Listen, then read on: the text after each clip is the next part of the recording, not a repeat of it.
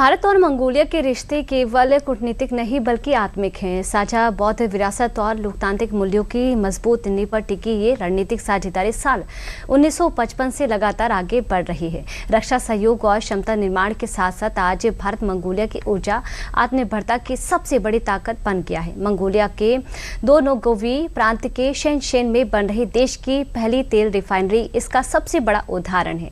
देखिए विशेष रिपोर्ट। मंगोलियाई नागरिकों के लिए भारत का मतलब है भगवान बुद्ध और पूजनीय लामाओं की पवित्र धरती।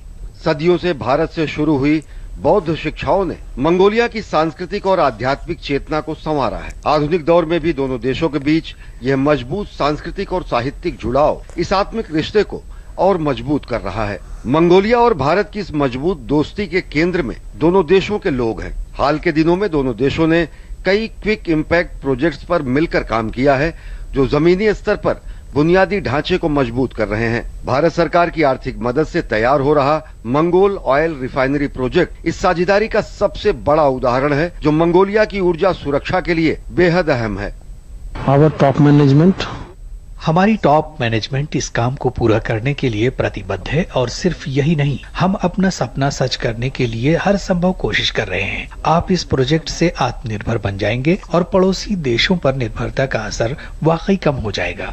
इस मेगा प्रोजेक्ट की अहमियत इसकी भारी भरकम लागत तक सीमित नहीं है। ये रिफाइनरी तैयार होने के बाद तेल आयात के मामले में दूसरे देशों पर मंगोलिया की निर्भरता काफी कम हो जाएगी और देश की ऊर्जा सुरक्षा को नई गति मिलेगी। ये भारत और मंगोलिया के लिए एक प्रोजेक्ट है। ये बहुत ही कीमती प्रोजेक्ट है और भारत की तरफ से भी मुझे लगता है कि ये बहुत महंगा प्रोजेक्ट है। तो भारतीय लोगों के लिए ये वाकई एक अच्छा मौका है, हमारे लिए भी, और साथ ही हम सबसे बेहतरीन प्रोडक्ट का इस्तेमाल भी कर रहे हैं। ये गेम बदल देगा। हाँ, और हम इस प्रोजेक्ट से वाकई खुश हैं। बहुत बढ़िया।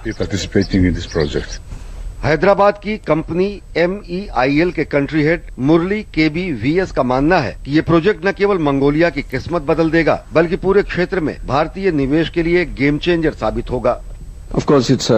बेशक ये हमारे लिए और सिर्फ हमारे लिए ही नहीं, बल्कि पूरे देश के लिए एक बहुत बड़ा प्रोजेक्ट है। शेड्यूल के हिसाब से हम 2028 में यहाँ शिफ्ट हो जाएंगे। इसी दिशा में आगे बढ़ रहे हैं। देखते हैं कि प्रोजेक्ट पूरा करने के लिए हम अपना बेस्ट क्या कर सकते हैं।